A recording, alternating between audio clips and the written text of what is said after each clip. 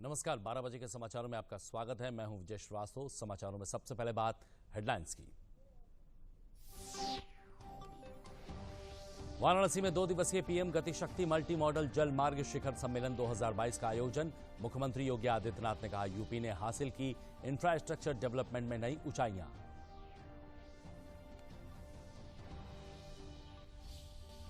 वाराणसी के रुद्राक्ष convention centre में प्रधानमंत्री नरेंद्र मोदी के जीवन पर आधारित चित्र प्रदर्शनी का मुख्यमंत्री योगी आदित्यनाथ ने किया उद्घाटन। प्रदर्शनी में 55 तस्वीरों के जरिए प्रधानमंत्री के संघर्षों को दर्शाया गया। केंद्रीय मंत्री पीयूष गोयल ने बीएचयू में स्टार्टअप के अंतर्गत काम कर रहे युवाओं से की बातचीत। कहा, स्टार्टअप की तरफ बढ़ रहा है युवाओं का रुझान।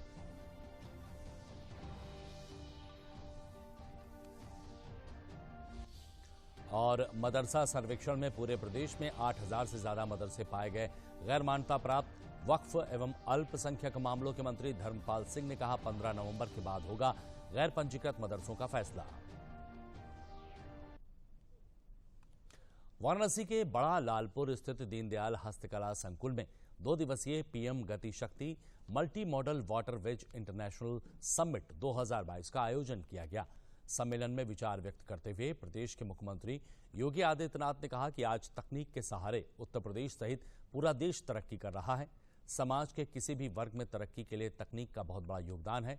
प्रधानमंत्री नरेंद्र मोदी के प्रेरणा से केंद्र सरकार जो भी योजनाएं बनाती है, प्रदेश में उसको भलीभांति लागू किया जाता है। कोरोना जैसी महामारी से निपटने में भी तकनीक ने अपना महत्वपूर्ण योगदान दिया है। कार्यक्रम में केंद्रीय जहाजरानी मंत्री सर्बानंद सोनोवाल ने कहा कि प्रधानमंत्री नरेंद्र मोदी की अगुवाई में देश के लोगों की आय की वृद्धि के लिए विभिन्न प्रकार की योजनाओं का संचालन किया जा रहा है। योजनाओं के संचालन में केंद्रीकृत व्यवस्था में प्रधानमंत्री गति शक्ति का बहुत बड़ा योगदान है। जल क्षेत्र में आय की संभावनाओं को बढ़ाने के लिए इस प्रकार के सम्मेलनों का बहुत बड़ा महत्व है। जलमार्ग में अपार संभावनाएं हैं। दोनों कार्यक्रम में माननीय प्रधानमंत्री जी के मार्गदर्शन से पीयूष गोयल साहब ने बहुत मेहनत की है और इसके वजह से आज देश का हर प्रांत इस पॉलिसी का साथ जोड़ रहे हैं। और मेरा ये मानना है कि अलग अलग मंत्रालय को जो दायित्वभार दी गई है, हर मंत्रालय माननीय प्रधानमंत्री जी के मार्गदर्शन से आज निष्ठापूर्वक लगे हुए हैं। और उसी दिशा पर हम लोगों ने भी वाटरवेज की तरफ से भी ये 2 दिन का जो हमने बैठक बुलाया है, इस सेशन में वाटरवेज समिट कैसे हमारे जलमार्ग विकास हम कर सकते हैं। माननीय प्रधानमंत्री जी ने जलमार्ग विकास के जरिए जनता की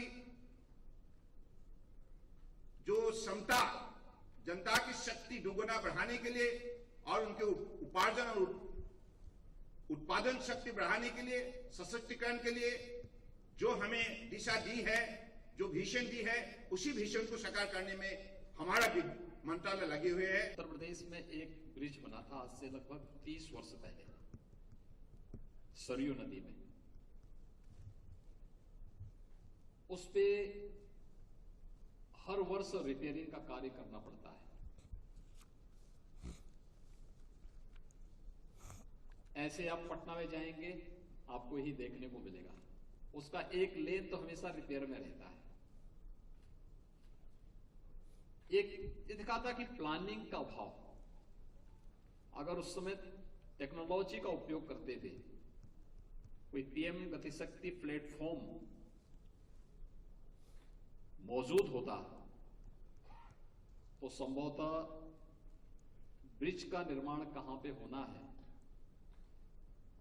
और उसके कारण कार्य की क्वालिटी के साथ साथ कार्य की समयबद्धता को, टाइम बाउंड कार्य हो सके, उन सभी की दृष्टि से आज प्लेटफॉर्म बहुत उपयोगी साबित हो रहा है। और मुझे प्रसन्नता है कि विगत यद्यपि यह 1 वर्ष पहले लॉन्च हुआ है, लेकिन आदरणीय प्रधानमंत्री जी के विजन के, उनके मार्गदर्शन में और उनके नेतृत्व में उत्तर प्रदेश ने विगत 5.5 वर्ष के अंदर इंफ्रास्ट्रक्चर डेवलपमेंट में एक नया स्थान प्राप्त किया। मुख्यमंत्री योगी आदित्यनाथ ने वाराणसी के रुद्राक्ष कन्वेंशन सेंटर में प्रधानमंत्री नरेंद्र मोदी के जीवन पर आधारित 8 दिवसीय चित्र प्रदर्शनी का उद्घाटन किया। इस प्रदर्शनी में 55 पेंटिंग लगाई गई, जिसे पीएम मोदी के व्यक्तित्व से प्रभावित होकर दुबई में रहने वाले अकबर खान ने बनाया है। प्रदर्शनी 11 नवंबर से शुरू होकर 17 नवंबर तक खुली रहेगी। उद्घाटन के मौके पर केंद्रीय आयुष, पोर्ट और वाटरवेज मंत्री सर्बानंद सोनोवाल भी मौजूद रहे। ये पेंटिंग्स गुजरात में चाय बेचने से लेकर मोदी के विश्व नेता बनने तक तथा जीएसटी, नोटबंदी, सर्जिकल स्ट्राइक जैसे कड़े कदम उठाने पर आधारित है। इसमें पीएम मोदी की उपलब्धियों और चुनौतियों को भी बखूबी दर्शाया गया है। प्रदर्शनी का उद्देश्य युवाओं को भारत को विश्व गुरु बनाने का सपना दिखाने वाले प्रधानमंत्री मोदी के संकल्पों से परिचित कराना है।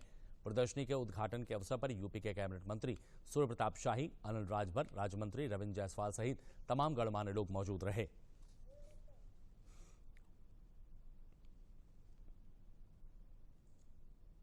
चित्र प्रदर्शनी मोदी जी के जीवन से प्रेरणा लेकर के एक दुबई के महान चित्रकार अकबर रजा द्वारा ये जो बनाई गई है, जो चित्र प्रदर्शनी लगी हुई है, जिसमें मोदी जी के विभिन्न आयामों को दर्शाया गया है। मतलब मोदी जी जब चाय बेचने से लेकर प्रधानमंत्री बनने तक का पूरा सफर दर्शाया गया है इस चित्र के माध्यम से। और हर चित्र, हर पेंटिंग, हर फोटो अपनी एक अलग विविधता में जो है एकता को दर्शाता हुआ अलग ही एक छवि है। सब में एक अलग अलग थिंक है, अलग अलग सोच है। पूरे जितने चित्र यहाँ 55 चित्र लगे हुए हैं, 55 में अलग अलग उनकी जो थीम है। इस प्रदर्शनी में मोदी जी की जीवन गाथा, कैसे एक गरीबी से और चाय बेचने वाला व्यक्ति आज विश्व का सर्वमान्य नेता बनने जा रहा है। पूरे भारत में एक सर्वांगीण विकास का दौर चल रहा है। इसके पिछले चित्र में हम सबने देखा। वाराणसी में केंद्रीय मंत्री पीयूष गोयल ने काशी हिंदू विश्वविद्यालय के अटल इंक्यूबेशन सेंटर में स्टार्टअप के अंतर्गत काम कर रहे युवाओं से बातचीत की। इस दौरान उन्होंने स्टार्टअप के द्वारा लगाई गई प्रदर्शनी का अवलोकन किया। इसके बाद सेंटर में महामना की प्रतिमा पर माल्यार्पण कर कार्यक्रम का शुभारंभ किया। इस दौरान उन्होंने अपने संबोधन में कहा कि कल तक भारत में कम पढ़े लिखे लोग व्यापार करते थे और पढ़े लिखे लोग नौकरी, लेकिन आज प्रधानमंत्री मोदी जी के द्वारा चलाई जा रही स्टार्टअप योजना से पढ़े लिखे युवा अपना कार्य कर रहे हैं और रोजगार के अवसर भी उपलब्ध करवा रहे हैं।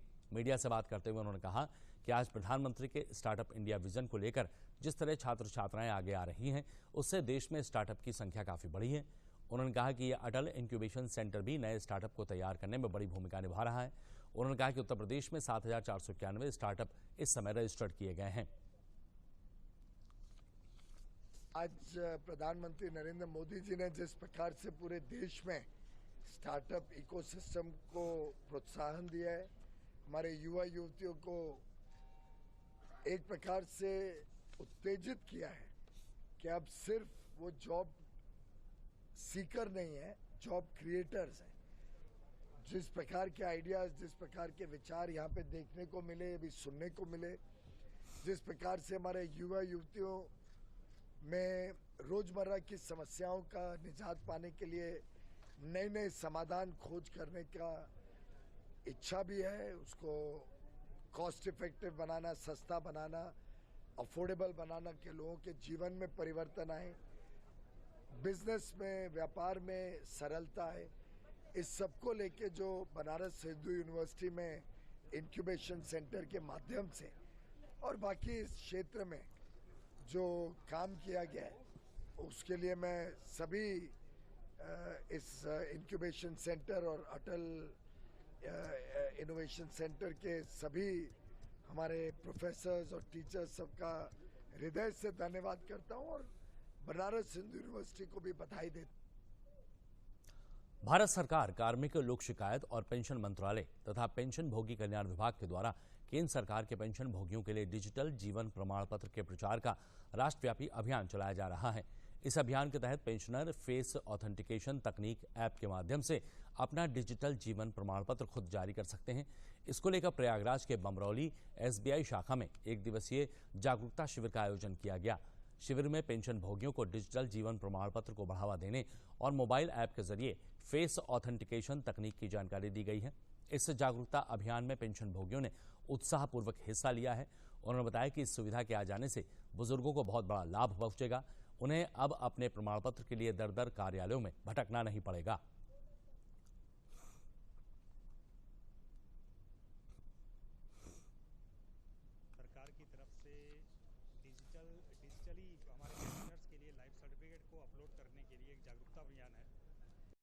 अभियान में जितना भी हमारे पेंशनर्स हैं, वरिष्ठ नागरिक हैं, इन लोगों को कोई दिक्कत ना हो, तो इनको एक टेक्नोलॉजी से अवेयर कराया जा रहा है ताकि इनके बायोमेट्रिक से, फेस रिकग्निशन से या इनके जो लाइफ सर्टिफिकेट हैं, जो साल भर में एक बार की एक प्रक्रिया है, उसको सिस्टम में ऑटोमेटिकली अपलोड किया जाए। अभियान है, इसके लिए अवेयरनेस प्रोग्राम है भारत सरकार की तरफ से कि पेंशनरों को जानकारी दी जाए कि वो स्वयं भी अपना लाइफ सर्टिफिकेट बना सकते हैं अथवा वो लाइफ सर्टिफिकेट बनाने के लिए व्यवस्था जहां की जा रही है वहां पर अपना लाइफ सर्टिफिकेट बनवाएं। और अगर वो स्वयं बना लेंगे तो वो उनको किसी स्थान पर जाने की ज़रूरत नहीं पड़ती, उनका रहन सहन का स्तर ठीक रहेगा कि वो यात्रा न करना पड़े और वो स्वयं अपने घर बना लें। हर साल नवंबर महीने में जो पेंशनर्स हैं उनको अपना लाइफ सर्टिफिकेट देना होता है, तो उनकी ईज़ ऑफ लिविंग की तरफ एक कदम बढ़ाते हुए पिछले साल माननीय मंत्री जी ने फेस ऑथेंटिकेशन ऐप लॉन्च किया है। डिजिटल लाइफ सर्टिफिकेट से पिछले साल 20 लाख लोगों ने अपना सर्टिफिकेट बैंक में या फिर जो भी कंसर्न एजेंसी है वहाँ पर दिया हुआ है।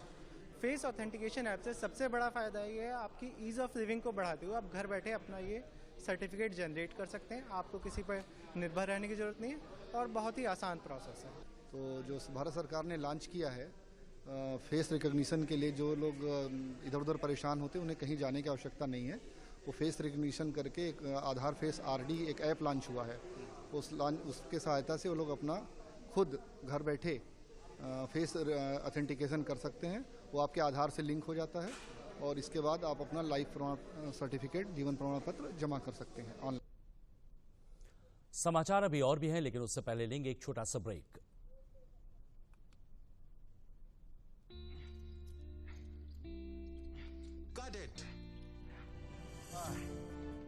सोचिए, अगर असल जिंदगी में ऐसी हालत हो तो कितनी मुश्किलें होती हैं, लेकिन शुक्र है बैंकिंग के लिए नहीं।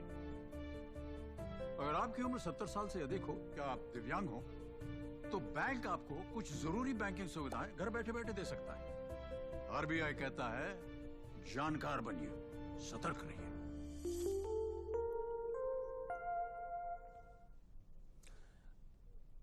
Institute of management studies Banaras Hindu विश्वविद्यालय में कल से 3 दिवसीय 7वें आदर्श ग्राम सम्मेलन का आयोजन किया गया।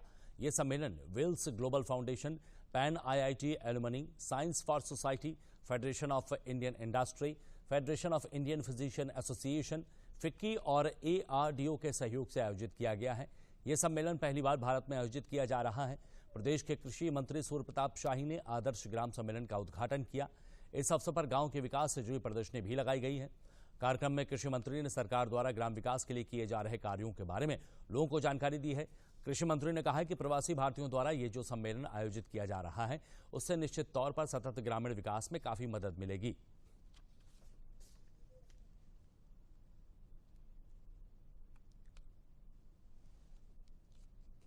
देखिए, आदर्श गांव की संकल्पना के साथ अस्थायी और टिकाऊ ग्रामीण विकास हो सके और अनवरत चलता रहे। अनेक मुद्दों पर जो सतत विकास के लिए आवश्यक हैं उन पर उन्होंने चर्चा किया है। उसके निष्कर्ष के साथ ग्राम एक कैसे इंटीग्रेटेड ग्रामीण विकास हो सके, उस दृष्टि से वो उनके कुछ सुझाव होंगे। राज्य सरकार उनके सुझावों का स्वागत करेगी, स्वागत के साथ साथ उनके सहयोग से गांव को विकसित करने का काम भी करेगी। मदरसा सर्वेक्षण के बाद पूरे प्रदेश में करीब 8000 से ज्यादा मदरसे गैर मान्यता प्राप्त पाए गए हैं। 15 नवंबर के बाद इन मदरसों के भविष्य का फैसला किया जाएगा। ये बात उत्तर प्रदेश के वक्फ एवं अल्पसंख्यक मामलों के मंत्री धर्मपाल सिंह ने कही। बरेली पहुंचे प्रदेश के मंत्री धर्मपाल सिंह ने जिले के आला अधिकारियों के साथ बैठक की और गौशाला में गायों के रखरखाव को लेकर निर्देश दिए। बैठक के बाद मंत्री धर्मपाल सिंह ने आयोजित प्रेस वार्ता में कहा कि 15 जिलों के सर्वेक्षण की रिपोर्ट आनी बाकी है। रिपोर्ट आने के बाद गैर मान्यता प्राप्त मदरसों के भविष्य का फैसला किया जाएगा। वहीं उन्होंने मैनपुरी से सपा नेता डिंपल यादव के चुनाव लड़ने पर कहा कि सपा उनके परिवार की पार्टी है, इसीलिए उन्हें टिकट दिया गया है। भाजपा लोकतांत्रिक पार्टी है, लोकतांत्रिक ढंग से टिकट का फैसला लिया जाएगा।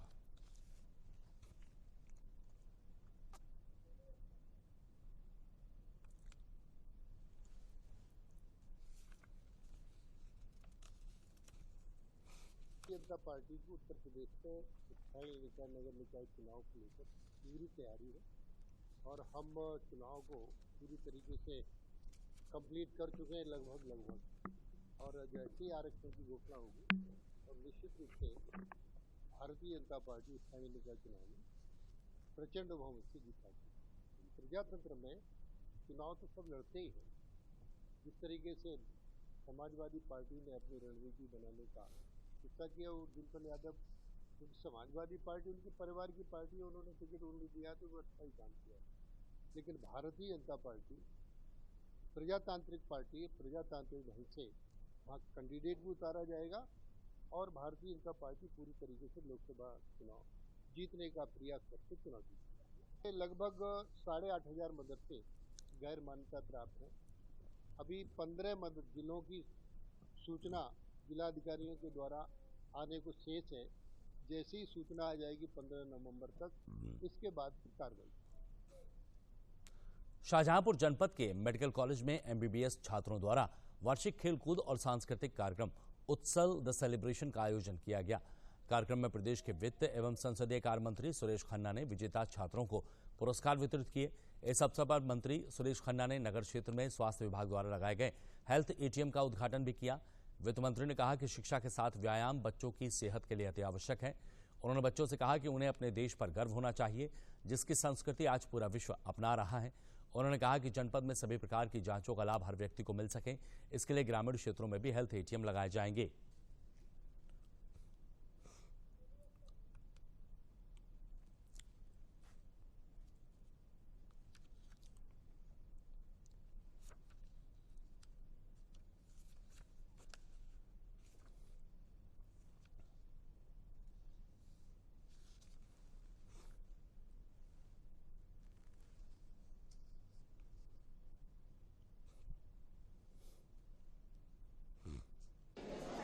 घंटों की पढ़ाई होती है, सबसे ज़्यादा व्यस्त लोग रहते हैं पढ़ने वाले डॉक्टर। उनके लिए ये 3 नवंबर से लेकर 12 नवंबर तक जो उत्सव या एक्स्ट्रा करिकुलर एक्टिविटीज़ या कल्चरल और स्पोर्ट्स का जो कार्यक्रम रखा, ये बहुत उपयोगी है और इससे काम करने में एक रुचि बढ़ती है, क्योंकि एक सी लाइफ लीड करते करते करते करते कभी कभी बोरियत होती है।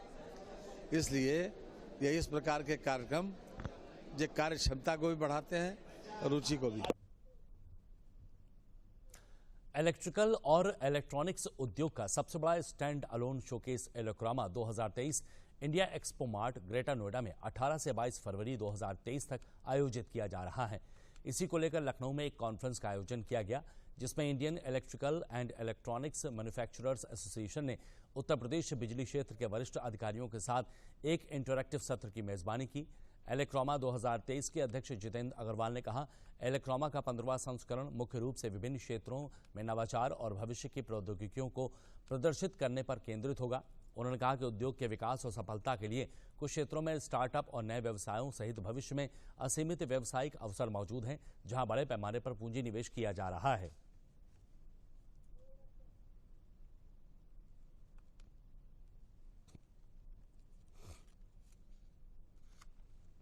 इस बार ये 2023 में India Expo Mart Greater Noida में है 18 से 22 फरवरी।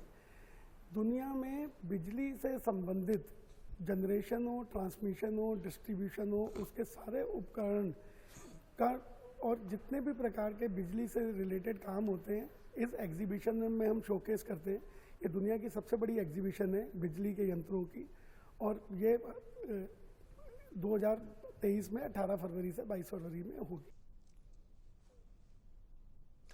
हरियाणा, दिल्ली, गाजियाबाद, मेरठ, बुलंदशहर और हापुड़ तक फैले हुए भ्रूण लिंग की जांच करने वाले शातिर गैंग का जनपद हापुड़ में खुलासा हुआ है। हरियाणा पुलिस ने हापुड़ स्वास्थ्य विभाग और स्थानीय पुलिस के साथ मिलकर संयुक्त कार्रवाई करते हुए भ्रूण लिंग की जांच कराने वाले 6 लोगों को गिरफ्तार किया है, जिसमें एक महिला भी शामिल है।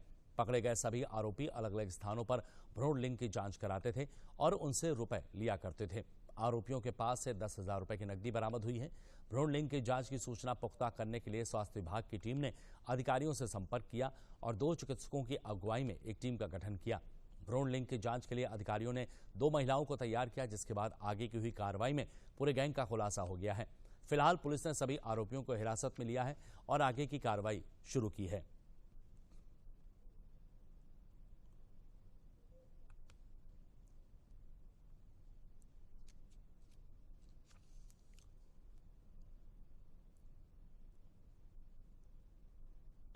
ये है कि हरियाणा की कुछ महिलाएं अपना लिंग परीक्षण हेतु हापुड़ में एकत्रित हुई थी और यहाँ पर इनको गाड़ी के द्वारा बुलंदशहर जिले में ले जाया गया था।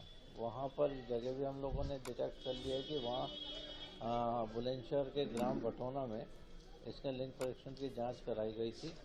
जब गए तो वो आदमी मशीन लेके भाग चुका था, लेकिन जो इनके दलाल थे उनको पकड़ लिया गया और इनके खिलाफ हमारे द्वारा FIR दर्ज कराई गई।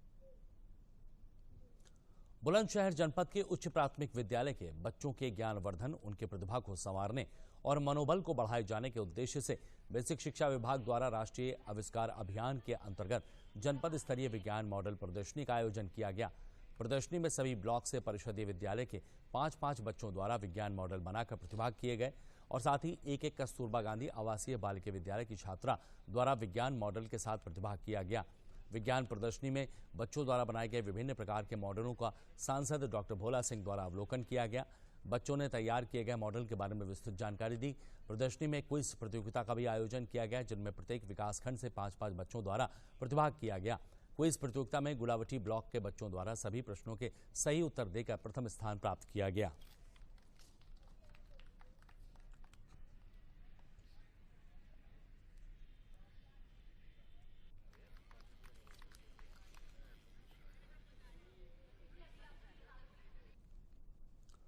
आगरा में थाना फतेहाबाद क्षेत्र के आगरा फतेहाबाद मार्ग पर गांव पलिया के पास कल देर रात तेज रफ्तार कार के पेड़ से टकरा जाने से इस हादसे में कार में सवार 3 लोगों की मौके पर ही मौत हो गई, जबकि 2 लोग गंभीर रूप से घायल हो गए।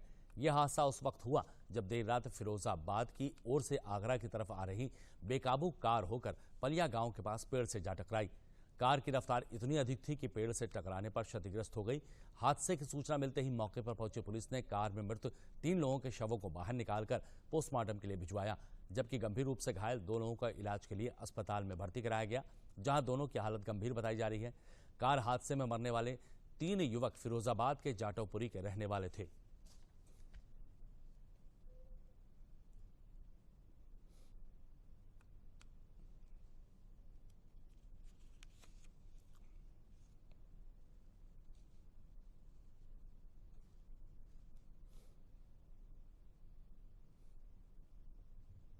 रात 10:30-11 बजे फ़ोन आया था कि एक्सीडेंट हो गया भाई है वो मेरा। 5 लोग थे गाड़ी में, ये फतेहाबाद रोड पे।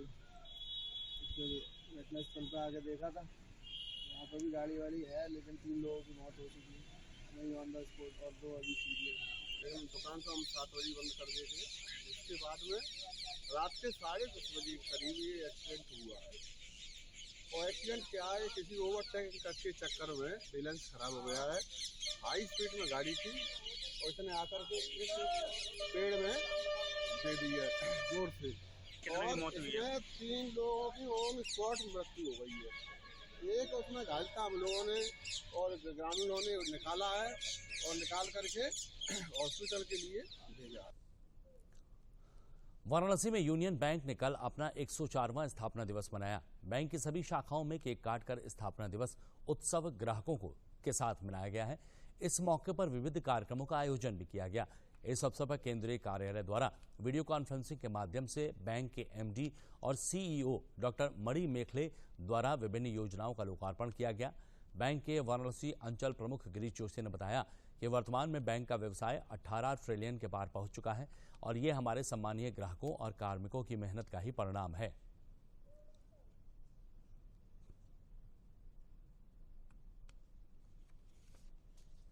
जो हमारे प्रोडक्ट्स हैं, जो प्राइसिंग है वो बेस्ट है, और यूनियन बैंक ऑफ इंडिया अपनी कस्टमर सर्विस के लिए जाना जाता है। और वाराणसी क्षेत्र में ये हम लोग का सौभाग्य है कि 50 साल से हम लोग यहाँ सर्विस दे रहे हैं। और बीइंग लीड बैंक, जो जिले की जो भी स्कीम है गरीबी उन्मूलन की, फाइनेंशियल इंक्लूजन की, उस स्कीम को बनाने की जिम्मेदारी, उसके क्रियान्वयन की जिम्मेदारी यूनियन बैंक ऑफ इंडिया के पास है। क्रॉप कटिंग के प्रयोग के आधार पर फसलों के उत्पादन के आंकड़े एकत्र किए जाते हैं। इससे फसल बीमा में और ओलावृष्टि और भारी वर्षा से क्षतिपूर्ति के लिए बीमा कंपनियों द्वारा किसानों को बीमा देने में भी सहूलियत होती है। इसी को ध्यान में रखकर गाजीपुर के जिलाधिकारी आरिका अखौरी ने अपने हाथों से फसल काटकर क्रॉप कटिंग की शुरुआत की है। सदर तहसील के अतरौली ग्राम सभा में शिवमुनि नामक किसान के खेत से क्रॉप कटिंग की शुरुआत की गई। जिलाधिकारी आरिका अखौरी ने बताया कि क्रॉप कटिंग के आधार पर जनपद में प्रति हेक्टेयर औसतन 53.14 क्विंटल उत्पादन आंका गया है। क्रॉप कटिंग के बाद जिलाधिकारी ने किसानों से अपील की है कि वे अपने नजदीकी क्रय केंद्रों पर धान लेकर पहुंचें और सरकार द्वारा निर्धारित मूल्य अपने बैंक खातों में सीधे प्राप्त करें।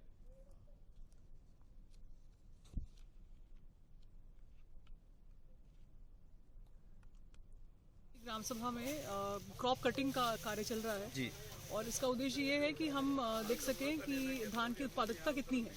तो आज इन शिवमुनि जी के खेत में हम लोग क्रॉप कटिंग कर रहे हैं और अभी फसल कटी है और उसकी थ्रेशिंग की गई है। अब उसको वजन करा के देखा जाएगा कि उत्पादकता कितनी है। उसके आधार पर हम बीमा के बारे में नीति निर्धारण कर सकते हैं कि क्या रेट में बीमा दिया जाएगा, कितने पे हमारे धान का क्रय जो हो रहा है वो रेट भी उत्पादकता के अनुसार ठीक है कि नहीं है, और जानकारी फसल के बारे में मिल पाएगी। मथुरा में आयोजित ब्रज कार्तिक रास महोत्सव में सांसद हेमा मालिनी ने नाट्य विहार कला केंद्र मुंबई और कान्हा अकादमी वृंदावन के कलाकारों के साथ अनूठे तरीके से महारास प्रस्तुतिकरण कर 11 दिवसीय ब्रज राज उत्सव में 4 चांद लगा दिए। मथुरा के सांसद ने कहा कि उनकी इच्छा थी कि वो इस कार्यक्रम को प्रकृति की गोद में उसी प्रकार करें जैसे द्वापर में राधा कृष्ण ने वृंदावन में महारास किया था। ब्रज में महारास का आयोजन वैसे नया नहीं है, लेकिन हेमा मालिनी ने जिस प्रकार से इसे नया कलेवर देने की कोशिश की उसे हजारों की संख्या में आए कला प्रेमियों ने न केवल पसंद किया बल्कि ब्रज के संतों ने भी इसकी प्रशंसा की है। हेमा मालिनी ने कहा कि पौराणिक दृष्टि से महारास में एक गुण तत्व छिपा है। यदि राधा की पायल की झनकार न होती तो कान्हा की बंसी अनूठे स्वर न देती। उन्होंने लगभग 1 घंटे तक कृष्ण की बांसुरी की मधुर धुन पर प्रस्तुति दी।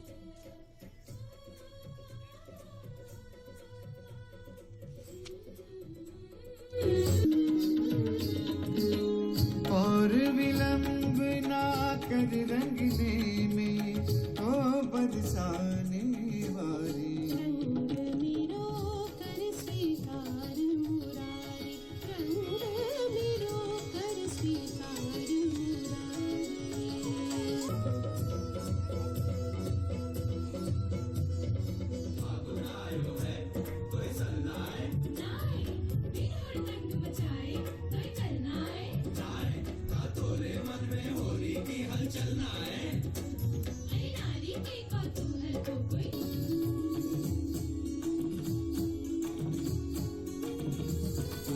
अंतर की प्रीत रंगों में उतारे राधे कृष्ण, रंग ढंग सौदारे राधे कृष्ण।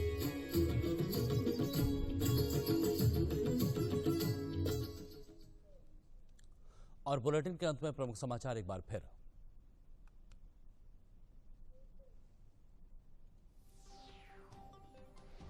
वाराणसी में 2 दिवसीय पीएम गतिशक्ति मल्टी मॉडल जल मार्ग शिखर सम्मेलन 2022 का आयोजन।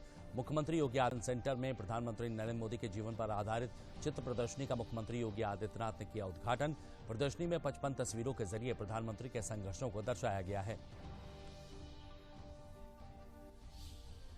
केंद्रीय मंत्री पीयूष गोयल ने बीएचयू में स्टार्टअप के अंतर्गत काम कर रहे युवाओं से बातचीत की। कहा, स्टार्टअप की तरफ बढ़ रहा है युवाओं का रुझान।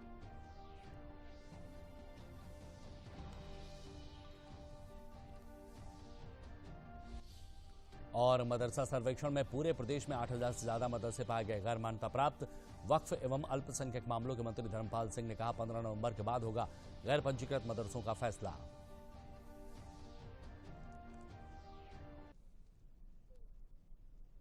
तो 12 बजे के समाचारों में बस इतना ही। दीजिए इजाजत, नमस्कार।